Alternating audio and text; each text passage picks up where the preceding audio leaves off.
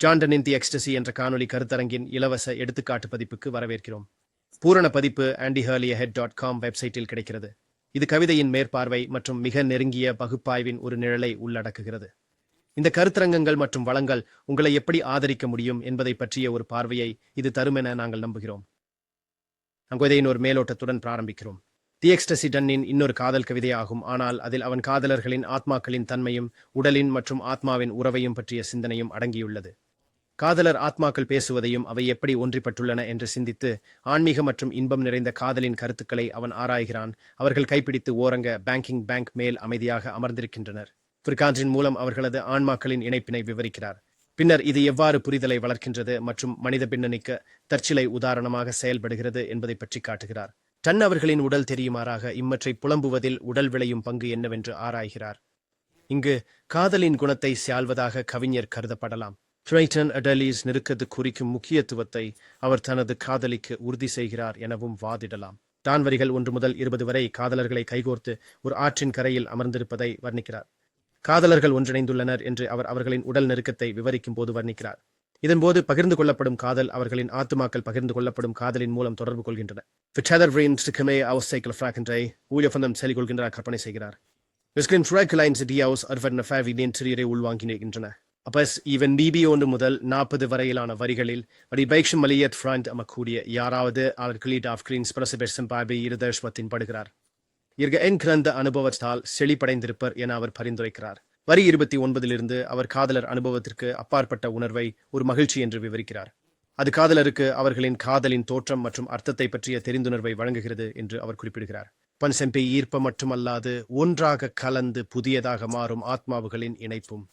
இதனை இயற்கையில் மலர்களின் இணைவுடன் ஒப்பிடுகிறார். மூவியல் 41 முதல் 60 வரை தனா 2 மக்களின் காதலில் உருவான புதிய ஆன்மாவின் கருத்தை எடுத்துக்கொண்டு வெளியூர்களுக்கும் மாற்றங்களுக்கும் எதிராக நிலைத்திருக்கும் அதன் பலத்தை எழுத்து செய்கிறார். ஆயினும் வரிசை 49 முதல் அவர் அவர்களின் உடல் உடற்கூறுகள் இந்த காதலை வெளிப்படுத்துவதிலும் உணர்வதிலும் விளையாடும் பங்கு மேல் கவனம் செலுத்துகிறார்.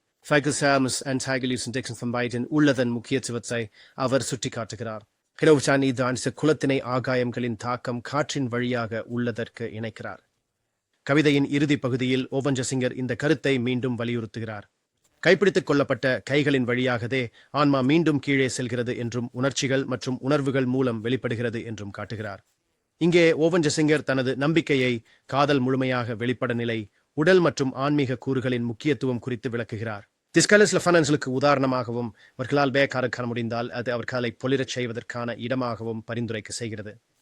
இது அவர் உணர்தல் மூலம் அவர்களுடைய மனவளாவியவை யாராவது பார்க்கிறார் என நுட்பமாக சிந்திக்கும் முன் பகுதியில் திரும்பி இணைகிறது. இது அவர்களின் உடல் வடிவத்தில் சாதாரண மனிதர்கள் அவர்களுடன் காதலை புரிந்து கொள்ள முடியும். வெளிப்படுத்துவதால் அவர்களின் சபோர்சமிச்ச ஆன்மாக்களின் தூய்மையில் கும்பிட குறைவாக இருக்கும் என்று நம்பிக்கையுடன் சொல்கிறார். இங்கே எது மென்மையான கவர்ச்சி உணர்வு உள்ளது. கூடுகூடாக செய்யப்படும் பகுப்பாய்வு வரிகள் 1 முதல் 20 வரை டன் கவிதையை தொடங்குகிறார். ஒருவரை ஒரு கிணைப்பை பயன்படுத்தி அறிமுகமாக்குகிறார். உயர்த்தப்பட்ட கரையை படுக்கையில் இருக்கும் தலையணைக்கு ஒப்பிட்டு, ஆலந்திகள் தலையணையில் தலை வைத்துக் கொள்வதற்கு ஒப்பிட்டு. எலிசபெத்தன் காலத்தில் வெள்ளை ஊதாலம் நிர்பப்பியக்க ததிர்ச்சியுடன் ஒப்பிடப்படுகிறது. மஞ்சள் நிலநெல்லி ஒரு நபரின் சிந்தனைகள் காதலுடன் முற்றியிருப்பதாக ஒவ்வாரியமிடுகிறது. இந்த வேளாண்மை சுற்றுச்சூழலின் உடல்படம் காதலரின் இயற்கை படமொன்றாக உருவாக்க தேவையானது. டன் இந்த காதலரின் அமர்வின் கலவை உருவப்பா நூல் கொண்ட வார்த்தைகளை இன்டர்வீவ்ஸ் சிற்றிரும் ஸ்தாம்பத்தியத்தின் உடன்பிறப்புகளின் மற்றும் உடல் பாலியல் நிறைவின் தூண்டுதல்களுடன் மாலை, படுக்கை மற்றும் கருப்பம் ஆகியவற்றின் பயன்பாடு தெளிவடைந்தது.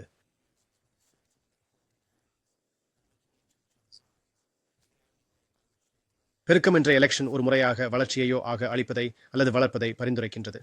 இந்த கவிதையின் முழு பகுப்பாய்வுக்கான சந்திப்பு கிடைக்க தயவு செய்து இணையதளத்தின் மூலம் பதிவு செய்யவும்.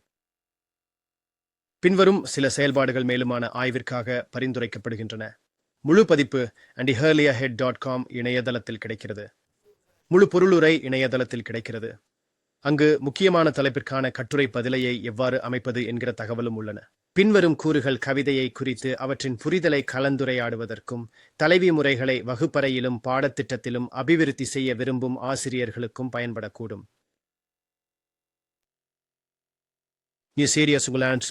வண்ணப்படின் ஓரளவு புரிதல் வழங்கியிருக்கும் என நாங்கள் நம்புகிறோம். இணையதளத்தில் உறுப்பினராக இயக்கி 1 நாள் முதல் 3 ஆண்டுகள் வரை கிடைக்கும். உங்கள் தேவைகள் மற்றும் விருப்பம் பின்பற்ற முன்னுள்ளது. பள்ளிகள், கல்லூரிகள் மற்றும் பல்கலைக்கழகங்கள் தங்கள் பணியாளர்கள் மற்றும் கற்றலாளர்களுக்கு பல உரிமங்களை வாங்கி அணுக முடியும். கேட்டிருந்ததற்கு நன்றி மற்றும் வாழ்த்துக்கள்.